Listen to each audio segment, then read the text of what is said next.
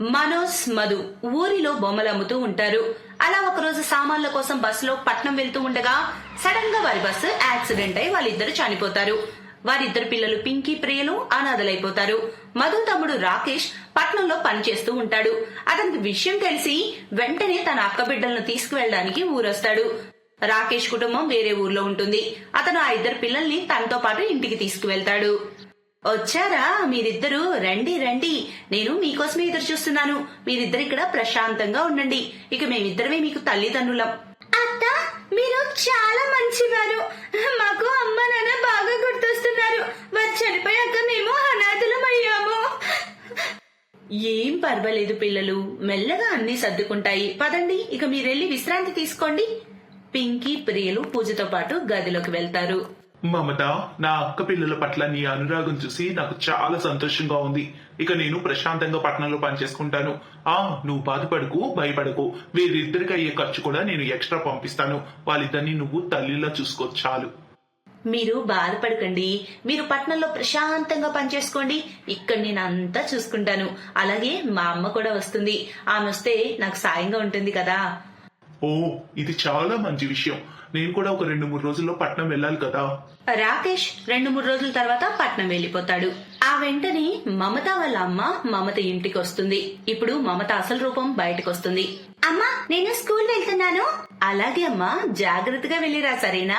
అత్త, మేమిద్దరం కూడా స్కూల్ వెళ్ళొస్తాం. మేము కూడా తయారయ్యాం. మీ ఇద్దరు ఆగండి, నాకు మీ ఇద్దరితో కొంచెం పనుంది. పూజ, నువ్వు వెళ్ళు ముందు. నువ్వు స్కూల్ వెళ్లే లోపు వీళ్ళొచ్చేస్తారు. ఇక మీరిద్దరూ వంటగదిలోకి వెళ్లి టీ ఇంకా రోటీలు చేయండి. అమ్మ మందులు వేసుకోవాలి. నా మోకాలలో అయితే చాలా నొప్పిగా ఉంది. నేను ఎక్కువసేపు పని చేయలేను. మీరు ఆ పని చేసేసి స్కూల్ కి వెళ్ళండి. పాపం మా పిల్లలు సైలెంట్ గా వంటగదిలోకి వెళ్లి టీ రోటీలు తయారు చేస్తారు. వాళ్ళిద్దరిని స్కూల్ పంపాల్సిన అవసరం ఏంటి? ఇంటి పనులు చేపిస్తే సరిపోతుంది, నీకు శ్రమ లేకుండా. లేదమ్మా, వీళ్ళని స్కూల్ అయితే పంపాలి. లేదంటే వీళ్ళ మామకు విషయం తెలిసి ఇక చాలా రచ్చవుతుంది. అందుకే కర్ర విరగకుండా పాముని చంపాలనేదే నా ప్లాన్. మమత చాలా తెలివైంది. ఆమె కావాలని ప్రతిరోజు ఉదయం పింకీ, ప్రియలను స్కూల్ కు లేట్ గా పంపిస్తుంది. వాళ్ళు తిరిగి వచ్చాక పనులన్నీ చేపిస్తోంది. రోజు స్కూల్ కి లేట్ గా వెళ్లే కారణాన ప్రియా, పింకీల చదువు కూడా వెనకబడింది. దాంతో టీచర్ కూడా వాళ్ళని బాగా తిట్టింది. పింకీ, ప్రియా, అసలు మీ ఇద్దరు స్కూల్ కి లేట్ గా ఎందుకు వస్తున్నారు? ఏమైంది అసలు? ఇలా అయితే కుదరదిక. ఇలా అయితే నేను మీ మామయ్యకు కంప్లైంట్ చేస్తాను మీ గురించి. మా మామయ్యకు చెప్పొద్దు టీచర్, రేపటి నుంచి టైంకి వచ్చేస్తాము. పింకీ, ప్రియా తమ అత్తతో ఈ విషయాన్ని చెబుతారు. దాంతో ఆమె ఇంకా కోపడుతుంది.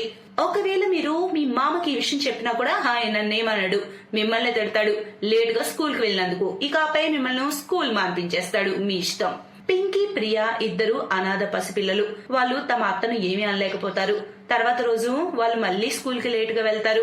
ఆ పిల్లలిద్దరూ స్కూల్ నుంచి తిరిగి వస్తూ ఒక చెట్టు కింద కూర్చొని ఏడుస్తూ ఉంటారు. అమ్మా, నాన్న, మమ్మల్ని వదిలి ఎందుకు వెళ్లిపోయారు మీరు? మమ్మల్ని మీలో ఎవరు చూసుకోవడం లేదు. అమ్మ నాన్న వెళ్లిపోయాక మనం పూర్తిగా అనాథలమైపోయాం. మన గురించి ఎవ్వరూ పట్టించుకోవడం లేదు. అత్త మనతో అన్ని పనులు చేపిస్తుంది. ఇక స్కూల్ కి టైం కి వెళ్ళలేకపోతున్నాం. మామతో కూడా మనం ఏమీ చెప్పలేము. పింకీ, ప్రియా ఏ చెట్టు కింద అయితే కూర్చొని ఏడుస్తున్నారో ఆ చెట్టు మీద ఒక జెన్నీ నిద్రపోతున్నాడు. వాళ్ళ ఏడుపుల శబ్దానికి అతను నిద్రలో నుంచి మేల్కొని చెట్టు కిందకు వస్తాడు. ఆ జెన్నీని చూసిన ప్రియా, పింకీ మొదట కంగారు పడతారు. తర్వాత వాళ్ళు జెన్నీకి విషయం అంతా చెబుతారు. ఆ ఇద్దరి పసివారి వేదన విన్న జెన్నీ హృదయం తరుక్కుపోతుంది. ఓ, విషయం అదా? మీ సమస్యకు నా దగ్గర పరిష్కారం ఉంది. నేను మీకు ఒక మాయా స్కూల్ యూనిఫామ్ ఇస్తాను. దాన్ని వేసుకొని మీరు స్కూల్ కి టైం కి వెళ్ళొచ్చు ఆలస్యం లేకుండా. ఈ మాయా యూనిఫామ్ వేసుకున్న తర్వాత మీరు ఎలా చెబితే అది అలా చేస్తుంది. మీకు పని చేయాల్సిన అవసరం కూడా లేదు. మీ పనంతా ఆ యూనిఫామే చూసుకుంటుంది. మీ ఆజ్ఞ ఏదైనా సరే అది పాటిస్తుంది. ఒకవేళ ఎవరైనా ఆ స్కూల్ యూనిఫామ్ కి ఏదైనా నష్టం కలిగించాలని చూస్తే వారికి శిక్ష పడుతుంది. సరే, నేను వేరే చెట్టుపైకి వెళ్లి నిద్రపోవాలి. మీరు ఈ స్కూల్ యూనిఫామ్స్ తీసుకోండి. ఇక ప్రశాంతంగా ఉండండి, సరేనా? జాగ్రత్తగా వెళ్ళిరండి. జెన్నీ భయ్యా, నువ్వు చాలా మంచివాడివి. థ్యాంక్ యూ జెన్నీ భయ్యా. వాళ్లకు ఆ మాయా యూనిఫామ్ ఇచ్చేసి జెన్నీ అక్కడి నుంచి మాయమైపోతాడు. మరుసటి రోజు పింకీ, ప్రియా ఆ మాయా యూనిఫామ్ వేసుకుని తయారవుతారు. వాళ్ళు చెప్పినట్టుగానే ఆ యూనిఫామ్ తన మాయను చూపడం మొదలు పెడుతుంది. మాయా యూనిఫామ్, త్వరగా మా ఇద్దరి కోసం టీ సిద్ధం చేయి.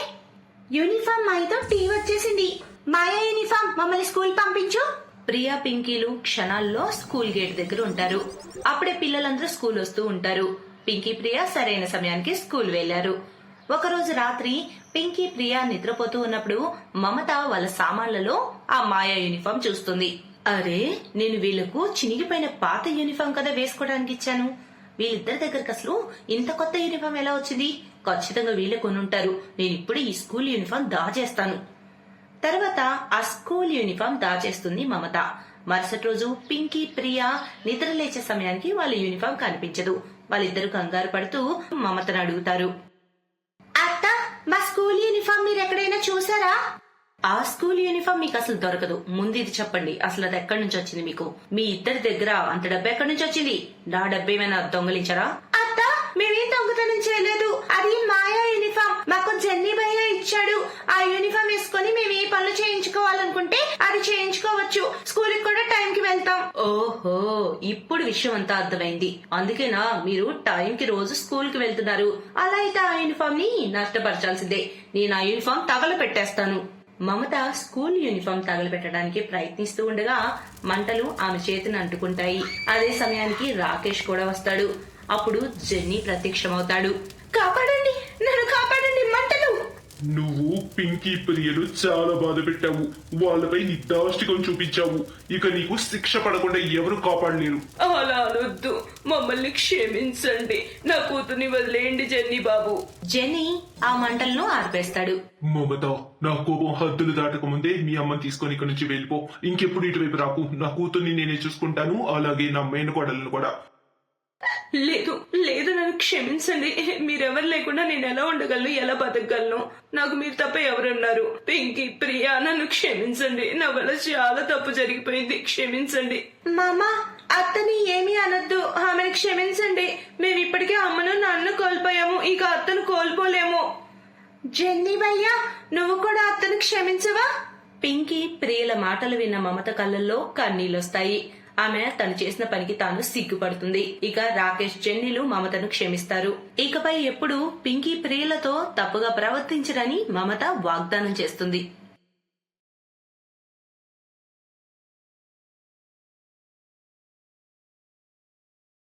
ప్రియా వాళ్ళ నాన్నగారికి వేరే ఊరికి ట్రాన్స్ఫర్ అవుతుంది. ప్రియా 7th క్లాస్ చదువుతుంది. తన స్కూల్ స్టార్ట్ అయ్యింది కూడా. ప్రియా వాళ్ళ అమ్మ వర్ష తన గురించి ఒక మంచి ట్యూషన్ వెతుకుతూ ఉంది. బాగున్నారా అక్క? ఈ కాలనీకి కొత్తగా వచ్చారా ఏంటి? అవునండి, నా హస్బెండ్కి ట్రాన్స్ఫర్ అయ్యింది, అందుకే ఇక్కడికి షిఫ్ట్ అయ్యాం. చాలా సంతోషం. మనం ఇంకా కలుస్తూ ఉండొచ్చు. మీకేదైనా అవసరం వస్తే నాకు తప్పకుండా చెప్పండి. ఏం మొహమాటం పడకండి. నమస్తే ఆంటీ. నమస్తే అమ్మా. ఏ క్లాస్ చదువుతున్నావమ్మా నువ్వు? 7th class. మీకు తెలిసిన మంచి ట్యూషన్ ఉంటే కొంచెం చెప్పండి. నేను ప్రియాని ట్యూషన్కి పంపాలి. అవునా? కానీ మా పిల్లలైతే పెద్దవాళ్ళైపోయారు. పక్క వీధిలో కొత్తగా ట్యూషన్ మాస్టర్ ఎవరో వచ్చారట. నేను కొంతమంది పిల్లల్ని ట్యూషన్కి వెళ్ళడం చూశాను. మీరు ఒకసారి కనుక్కోండి, వెనక వీధిలో ఉంది. ఓ, థ్యాంక్ యూ సో మచ్. నేను కనుక్కుంటానండి. పక్కింటావిడ చెప్పడంతో వర్ష ప్రియాని తీసుకుని ఆ ట్యూషన్ దగ్గరికి వెళ్తుంది. అక్కడ కొంతమంది ఆడపిల్లలు ట్యూషన్లో చదువుకోవడం వర్ష చూస్తుంది. నమస్తే సార్, నా పేరు వర్ష. తిను నా కూతురు ప్రియా. నేను తన్ని ట్యూషన్లో జాయిన్ చేయడానికి వచ్చాను. ఓ అవునా, రండి రండి. నా పేరు సతీష్, నేనే ట్యూషన్ టీచర్ని. సార్, ఇక్కడ ఓన్లీ గర్ల్సే చదువుకుంటారా లేక బాయ్స్ కూడానా? అలా ఏం లేదండి, ఇక్కడ బాయ్స్ బ్యాచ్ వేరు, గర్ల్స్ బ్యాచ్ వేరు. ఈ టైంలో నేను గర్ల్స్కి చదువు చెప్తున్నాను. దీని ప్రీవియస్ క్లాస్ బాయ్స్ బ్యాచే. అయితే సరే సార్, మీరు నాకు పేమెంట్ ఎంత చేయాలో చెప్తారా? నేను రేపటి నుండే ప్రియాని ట్యూషన్కి పంపిస్తాను. సతీష్తో మాట్లాడి వర్ష అక్కడి నుండి వెళ్ళిపోతుంది. మరుసటి రోజు నుండి ప్రియా సతీష్ దగ్గరకు ట్యూషన్కి రావడం మొదలు పెడుతుంది.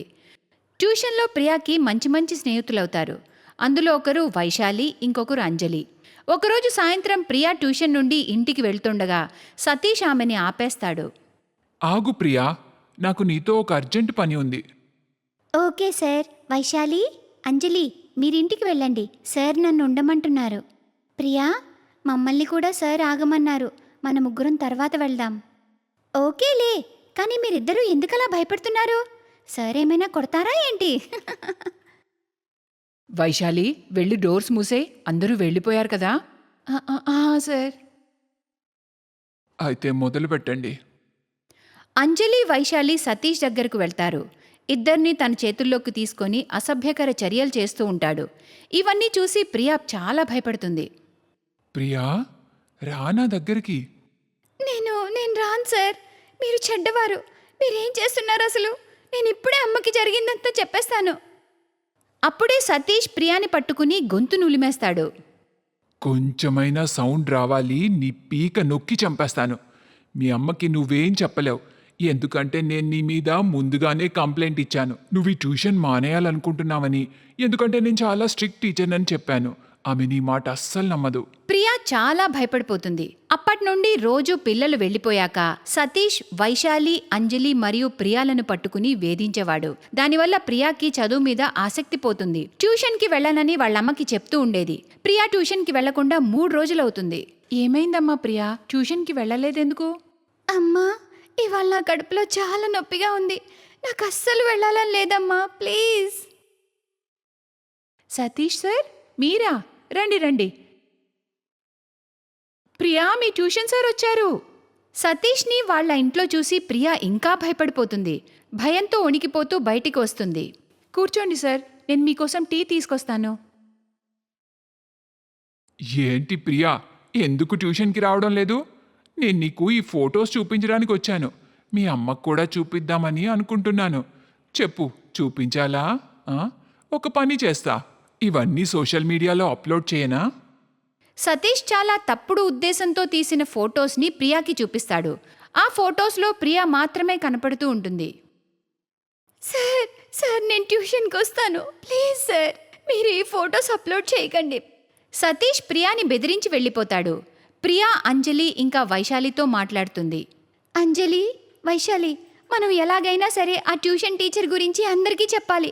లేకపోతే మన లైఫ్ మొత్తం పాడైపోతుంది. నాకు మీరు కొంచెం హెల్ప్ చేస్తారా? మనం ఏం చేయగలం ప్రియా? నీకు తెలుసు కదా, సతీష్ సార్ మనతో ఎంత అసభ్యకరంగా ప్రవర్తిస్తాడో. అతని దగ్గర మన ఫొటోస్, వీడియోస్ కూడా ఉన్నాయి. వాడు ఏ టైంలో అయినా సోషల్ మీడియాలో అప్లోడ్ చేసేస్తాడు. అప్పుడు మన పేరెంట్స్ పరువు ఏమవుతుంది చెప్పు? మనం ఏం చేయలేం ప్రియా, అన్నీ భరించాల్సిందే. అంజలి, ప్రియా కరెక్టే చెప్తుంది. ఎంతకాలం మనం సతీష్కి భయపడతాం చెప్పు? ఏదో ఒకటి చెయ్యాలి. ఎన్ని రోజులు మనం ఇలా టార్చర్ అనుభవిస్తాం చెప్పు? ఈ పనిలో కాస్త రిస్క్ ఉంది, కానీ నిజాలు ప్రూవ్ చేయడానికి ఈ పని చేయాల్సిందే. ప్రియా మాటలు విని అంజలి, వైశాలికి కూడా ధైర్యం వస్తుంది. మరుసటి రోజు అందరూ వెళ్ళిపోయాక సతీష్ మళ్ళీ ఆ ముగ్గురిని ఆపుతాడు. సతీష్ అసభ్యకరంగా ప్రవర్తిస్తున్నప్పుడే బయట నుండి ప్రియా వాళ్ళమ్మ వర్ష మాటలు వినిపిస్తాయి. ప్రియా, ప్రియా సార్, తలుపులెందుకు వేశారు? మీ అమ్మ ఇక్కడేం చేస్తుంది? మీ ముగ్గురు లోపలికి వెళ్ళండి. సతీష్ తలుపులు తీస్తాడు. అరే వర్ష గారు, మీరా? ఈ టైంలో చెప్పండి. మా అమ్మాయి ప్రియా ఎక్కడా? తను ట్యూషన్లోనే ఉంది కదా. అయ్యో లేదే, వెళ్ళిపోయిందిగా. వాళ్ళ బ్యాచ్ అరగంట క్రితమే అయిపోయింది. నేను కూడా బయలుదేరుతున్నాను. అప్పుడే లోపల నుంచి ప్రియా, అంజలి, వైశాలి ఏడుస్తూ బయటికొస్తారు. మంచిదైందమ్మా మీరు వచ్చారు. మీకు సతీష్ నిజ స్వరూపం చూపించాలనుకున్నాం. అమ్మా, వీడు చాలా చెడ్డవాడమ్మా. కొద్దిసేపట్లోనే అంజలి మరియు వైశాలి అమ్మలు కూడా అక్కడికొస్తారు. ఏమంటున్నారు మీరు? వీళ్ళు అబద్ధం చెప్తున్నారు మేడం. నేను వీళ్ళకి ఎక్స్ట్రా క్లాస్ తీసుకుంటున్నాను మేడం. వర్ష సతీష్ని చాలా గట్టిగా చెంప పగలగొడుతుంది. చుట్టుపక్కల వాళ్ళు కూడా వచ్చేస్తారు. మా ఏరియాలోనే ఉంటూ ఇన్ని నాటకాలు ఆడతావారా? మా ఇంటి ఆడపిల్లలతో ఇలాంటి పనులు చేస్తావా? వదులు నన్ను. నేనెవరో తెలుసా? మీ ముగ్గురిని అస్సలు వదలను. అమ్మా, మేం కావాలనే మిమ్మల్ని సార్ మాట్లాడతారని పిలిచాం. ఎందుకంటే సార్కి మా మీద అనుమానం రాకూడదని, పైగా వాడి నిజ స్వరూపం మీ కళ్ళారా చూస్తారని. అమ్మా, ప్రియా వల్లనే మేము ఈ నిజం బయట పెట్టగలిగామమ్మా. అప్పుడే ప్రియా, వైశాలి, అంజలి వాళ్ళ ఫాదర్స్ అక్కడికి వస్తారు. మమ్మీ, డాడీ, చాలా రోజుల నుంచి సతీష్ సార్ మమ్మల్ని టార్చర్ చేస్తున్నాడు. మేము ఎప్పటికీ ఈ నిజాన్ని బయటకు తీసుకురాలేకపోయేవాళ్ళం. ప్రియా గనక మాతో లేకపోతే మేము చాలా భయపడిపోయేవాళ్ళం. ముగ్గురిని వాళ్ళ అమ్మా నాన్నలు దగ్గరకు తీసుకుని ఓదారుస్తారు. మన పిల్లలు ఎంత భయపడిపోయారో. ఏమండి, పోలీసులకి కాల్ చేయండి. నువ్వేం టెన్షన్ పడకు. పోలీసులు కాసేపట్లోనే ఇక్కడికి వస్తున్నారు. ఈ నేరస్తుణ్ణి కటకటాల వెనక ఉంచడం ఖాయం. అందరూ కలిసి సతీష్ని చితకబాత్తారు. అప్పుడే పోలీసులు కూడా అక్కడికి వచ్చేస్తారు. ఏంట్రా, చిన్నపిల్లల్ని బెదిరించి వాళ్లతో అసభ్యకరంగా ప్రవర్తిస్తావా? నీకు శిక్ష తప్పదు. పోలీసులు సతీష్ని తీసుకెళ్లిపోతారు. ఆ ట్యూషన్ సెంటర్ పూర్తిగా మూతపడుతుంది. ఈరోజు ప్రియా ధైర్యం వల్లే దుర్మార్గుడైన ట్యూషన్ టీచర్కి శిక్ష పడుతుంది. అన్యాయంపై పోరాడడం ప్రతి మనిషి కర్తవ్యం, మరియు అన్యాయాన్ని సహించడం అతి పెద్ద నేరం. పిల్లల్ని ఎక్కడికైనా పంపేటప్పుడు తల్లిదండ్రులు జాగ్రత్తగా ఉండాలి. ఎందుకంటే పిల్లలు ఎక్కడికైనా వెళ్ళేటప్పుడు ఆ ప్రదేశం పూర్తిగా సురక్షితంగా ఉందో లేదో తెలుసుకోవాలి. మరియు పిల్లల చుట్టూ ఉన్న వాతావరణంలో ప్రతిదీ సరిగ్గా ఉందో లేదో అని తల్లిదండ్రులు పిల్లల్ని అడుగుతూ ఉండాలి. తద్వారా పిల్లలు ఎవరికో భయపడి తమకు జరుగుతున్న అన్యాయాన్ని మనసులో ఉంచుకోరు మరియు ధైర్యంగా ఎదుర్కొంటారు. వాళ్ళు పేరెంట్స్తో ఎటువంటి భయం లేకుండా ప్రతి విషయం పంచుకుంటారు. Thanks for watching.